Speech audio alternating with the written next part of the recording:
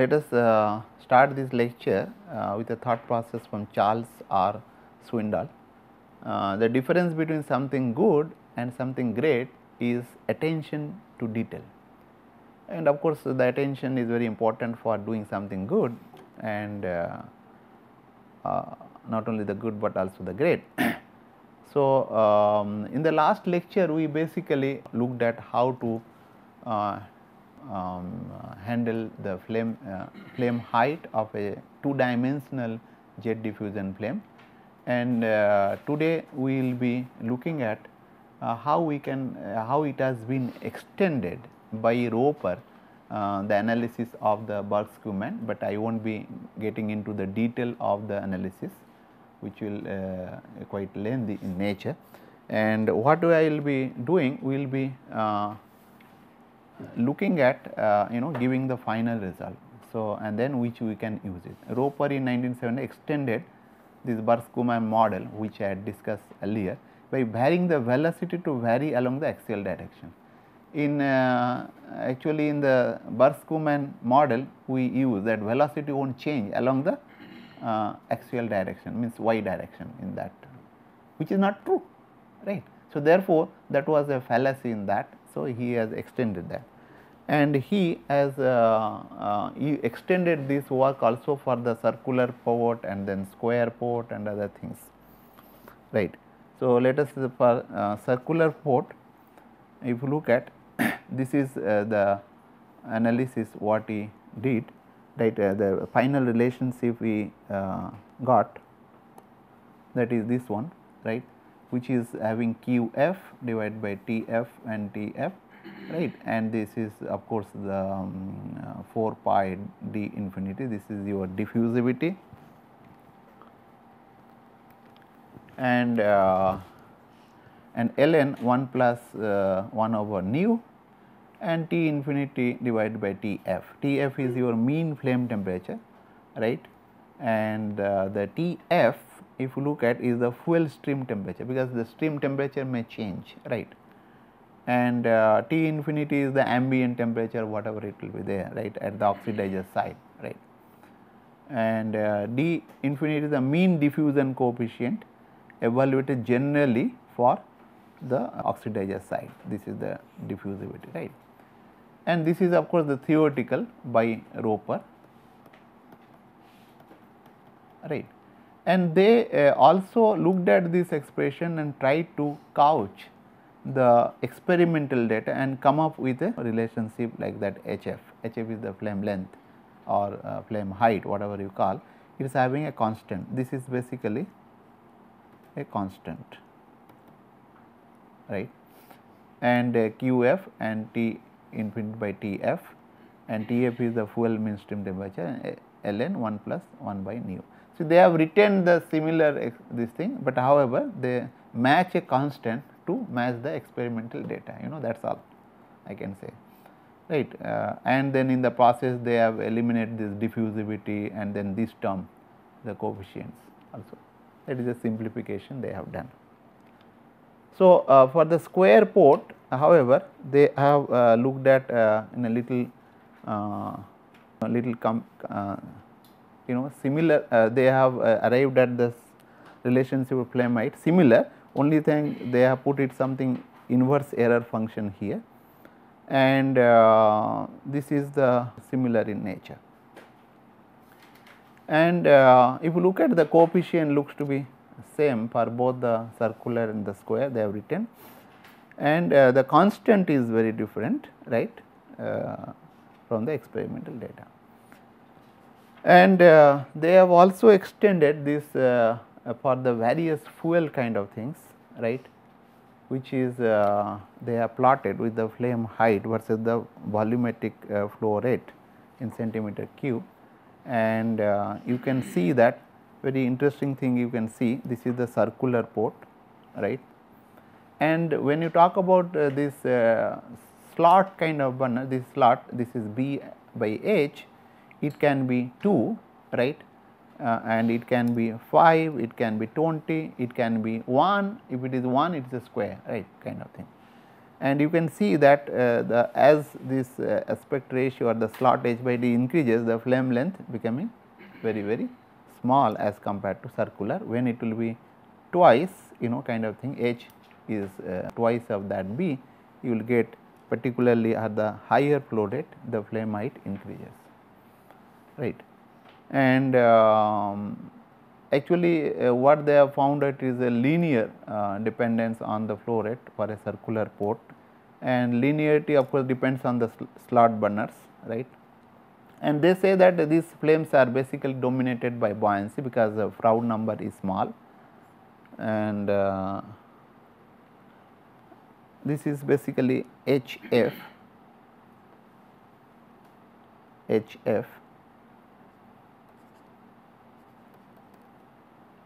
becomes shorter for same flow rate when the h by b or h by b is decreasing. This is basically b,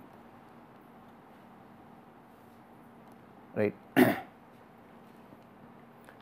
So, what I was telling, they have also looked at the factors that affecting the stoichiometric, right, and the stoichiometric is basically mole of ambient A fluid by the moles of number fluid at the stoichiometric ratio. It depends on the chemical composition and also the surrounding fluid. Surrounding fluid generally it will be air, but you can have some different thing as well, right. You can because whenever you are using coaxial jets, you can use that. For example, nu would be different for pure burning in air as compared to nitrogen diluent fuel burning in air, or some other like helium, some other thing you can also dilute, right.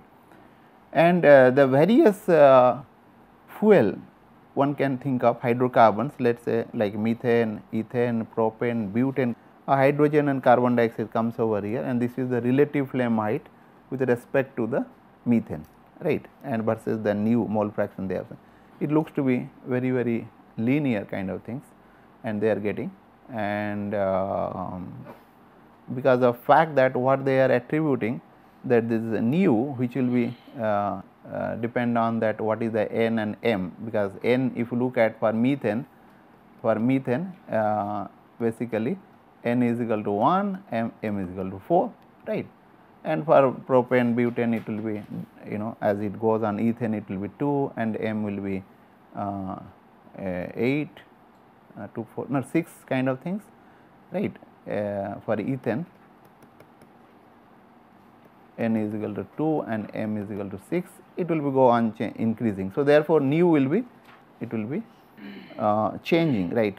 C3H8 SC ratio, that is the which will be affecting 2.6, and then flame is about 2.5 times as long as the methane, like if you look at propane, right.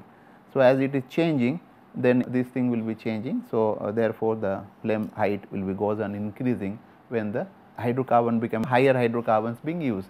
One can also look at its it will be diffusibility also will be playing a role, because it is a heavier fuel, right. It will take more time to pass go through and mix that.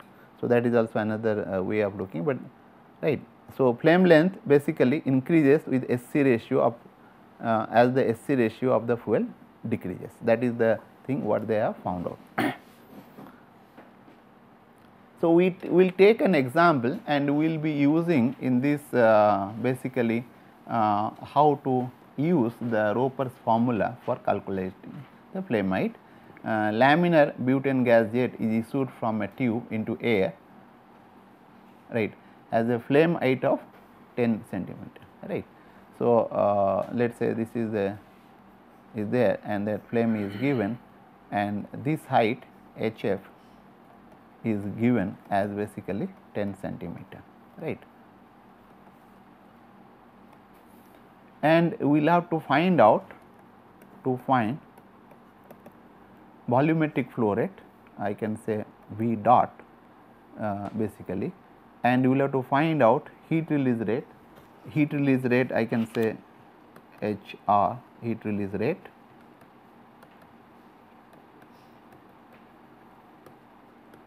right, and that is the first part. But then what happened, we will have to also find out HF when the diameter of the tube is increased by 25% and velocity decrease by the 25%. What will be the flame height, right? And take the heat of combustion of the butane, we have taken 45,000 kilojoule per kg, and T adiabatic we are taking 2300 Kelvin. So, if you look at, we are basically we will be using the Roper's formula solution by using Roper's formula, right.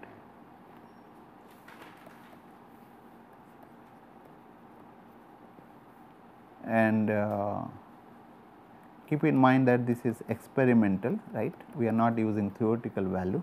We will get HF is equal to 1330 V dot F T infinity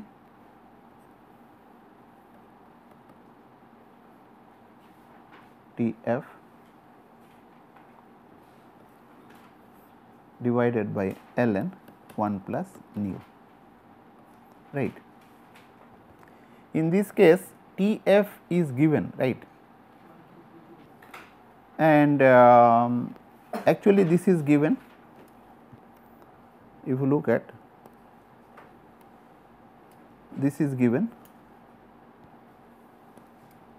HF is given, right, and we will have to find out, basically Tf is given and we will have to find out nu, right, and then you will have to find out basically the V naught F. So, if you look at what we will be doing, we will be looking at the stoichiometric mixtures, right.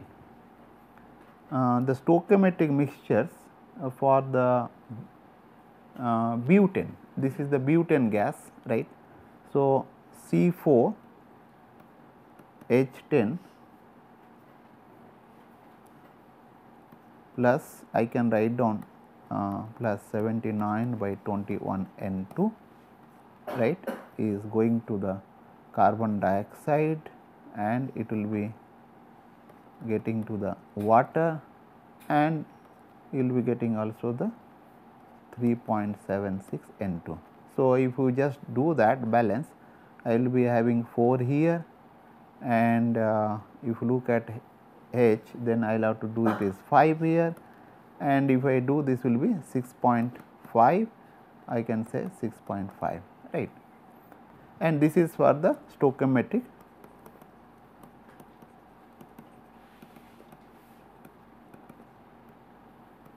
C4H10 air mixture.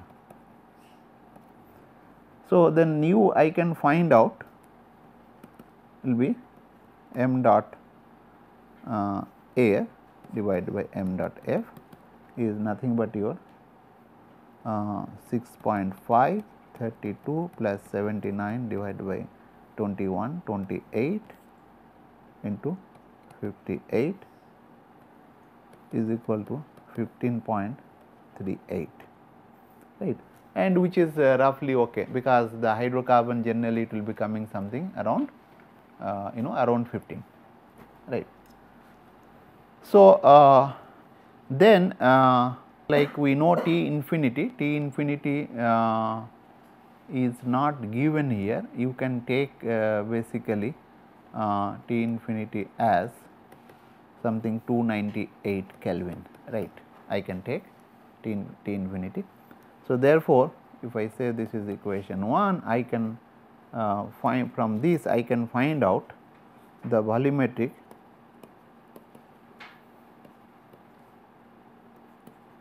fuel flow rate can be determined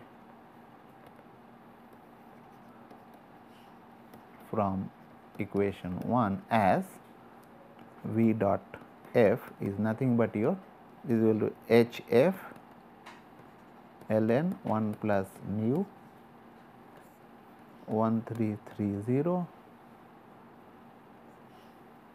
T infinity by T f, right. So, HF already given, that is basically 10 centimeter.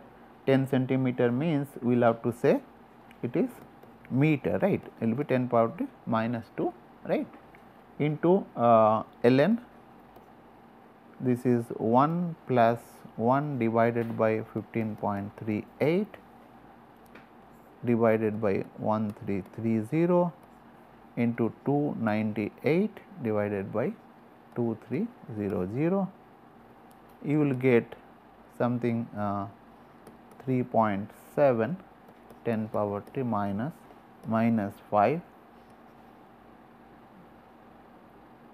meter cube per second. So, we will have to now find out basically heat release rate, right. So, how we will find out heat release rate? Heat of combustion rate, right. Heat release rate HRR, I can write down rho of F, right, density into volumetric flow rate, right, into delta H of combustion, right. So, the rho F I can find out, of course, the pressure, right, P by R U T into molecular weight of fuel, right, into this is your Vf and delta Sc. So, therefore, I will just substitute these values. I am taking atmospheric pressure. I think that is not given in the question, but you will have to assume that it is a ambient pressure, atmospheric pressure. So, therefore, pressure will be 101,325 and the molecular weight of that of the butane, right, will be what, 58, right, into 8314 into 298, because this will be T infinity, right, ambient temperature, you will have to say that wherever it is coming, and already V dot F we know, that is 3.7 into 10 power to minus 5 into 45,000, right, is equal to 46.95 kilowatt, because this is already 45,000 kilowatt, right, kilojoule per kg of that. So, therefore, you will get in kilowatt. So, now basically as I told that there will be tube diameter is increased, right, and then tube diameter is increased by D is increased by 25% and velocity Vf is decreased by 25%, right. Then you will have to look at basically how much the new flame height, right. For that you will have to evaluate basically new volumetric flow rate, and if you look at the volumetric flow rate of fuel is nothing but your A of fuel port into this is nothing but your pi by 4 dF square, right, I can say this, right, into Vf, right. So, if I look at this Vf nu, okay, will be equal to basically 1.25, right, it will be increased by 25% diameter. So, square into it will be decreased by the velocity. So, I can write down 0.75 into Vf, is not it, or right, the I can say maybe old, right, old values. So, implies I can write down Vf new divided by Vf old is nothing but your dF new by dF old, right, square and Vf new by Vf old, right. that is all, like, and then this is basically 1.25, right. This is a 1, you can divide that, and then this will be like that, right. So, if it is coming, this is something coming as 4.3 into 10 power t minus 5 meter cube per second. Then when you put that thing, what you will get is this will be 3.8, okay, 3.8. So, therefore, HF we can determine the HF by using equation 1, right. HF is equal to 1330 V dot F, of course this will be nu 1 will be putting into T infinity by T F into ln 1 plus 1 by nu, right. And I know all those values, I will be putting that values into 4.38 10 power t minus 5 298 divided by 2300 ln 1 plus 15.38 you will get something around 11 point, I think it will be little different, 11 point maybe 8 centimeter you will get, okay, right. So, I mean what it indicates? It indicates that the flame height is increased due to increase in basically what? Volumetric flow rate, right. It is basically HF is, and of course, there is a increase in diameter, right, and whereas the if when you increase the diameter, then what will happen? The VF has to also decrease, right. Of course, provided all the things, but here the flow rate is changing. So, therefore, HF is basically is increase due to increase in volumetric flow rate of fuel. Okay. So, with the using the simple formula one can get that, of course, it is similar in nature to the phenomenological analysis what we had also seen. But when you do that, this result determination of flame height by this method and the phenomenology, there might be change in the actual number, but however, the trend looks to be similar. That is the thing you should keep in mind, right. And what we will be doing now? Now we will be looking at about some points which is known as smoke point, right. And what do you mean by smoke point? Particularly, it will be very important for the jet diffusion flame, and also with the increased concern for the emission. This is very important. Smoke point is basically is used to ascertain the tendency of any fuel to produce soot, right. Suppose a fuel is sooty or not, right, one can determine. Of course, there is a various ways of doing it. One way is that you just take some certain amount of liquid fuel and go on heating it and see that like what condition, what temperature that is giving producing a soot, right, that is one. But in our case we are talking about the jet diffusion flame. So, therefore, we will be concerning about the for the jet diffusion flame, right.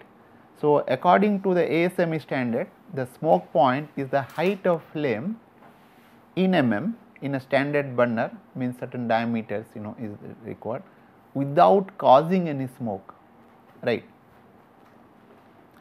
If I consider a burner, a tube I will take, and in this case I will be passing through certain amount of flow rate, and it will be there. So, then there will be a flame will be coming, right. And if I goes on increasing this flow rate of fuel, then what will happen? Flame height will be goes on increasing, right. If I will increase this thing, then flame, this is basically the flame,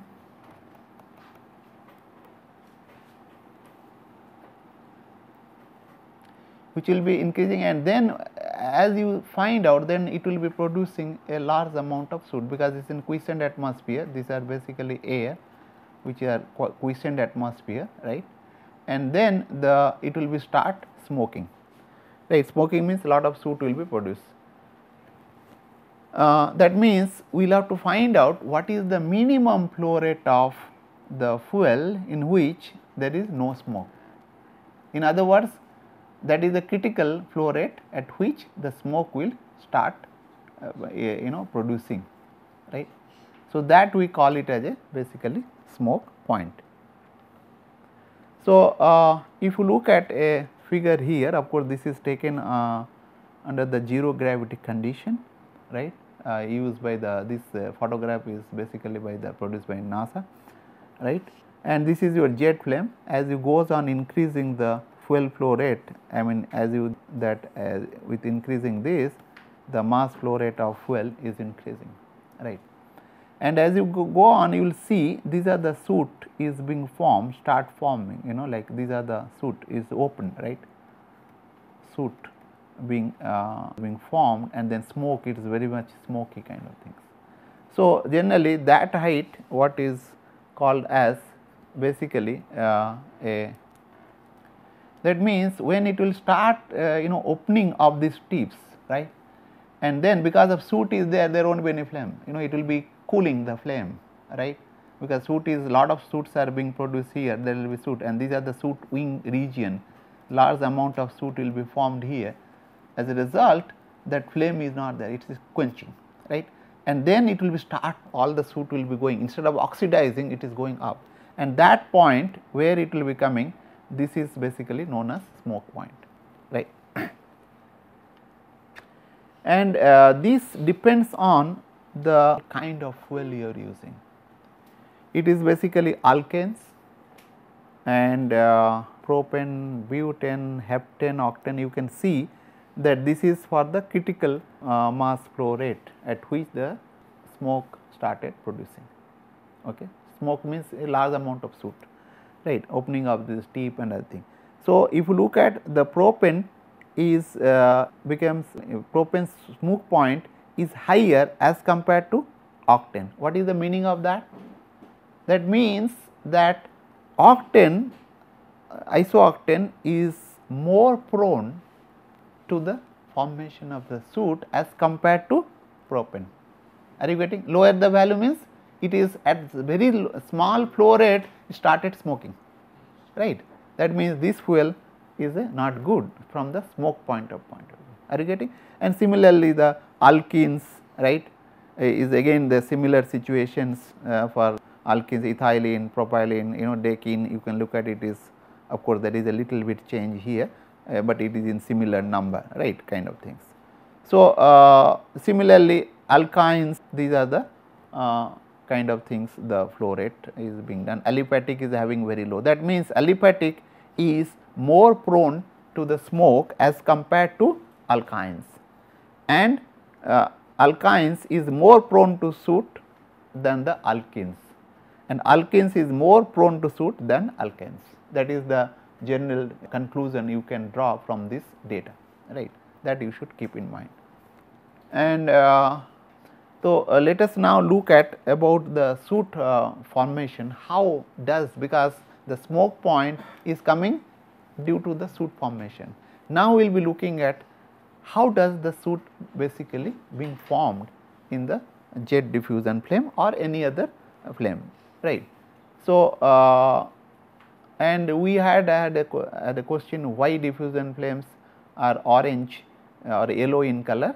We told due to the formation of soot, and where is the location of the soot formation, right, where the soot being formed, is it at the tip or is it the beginning, or these are the questions we need to ask ourselves, and whether it is a because for that fuel side of reaction zone and which will be there and gets consumed and is move into the oxidizing zone, right.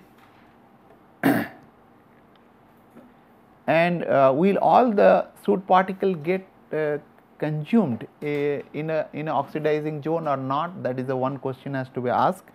And if it is consumed, then you won't really find the soot particles, right. Soot particles form in the inception zone, may not be oxidized completely. Inception zone means where it will be initiated, and soot consumption depends on the type of fuel, and also the residence time the fuel remains in the flame height, within the flame height how much it will be remaining.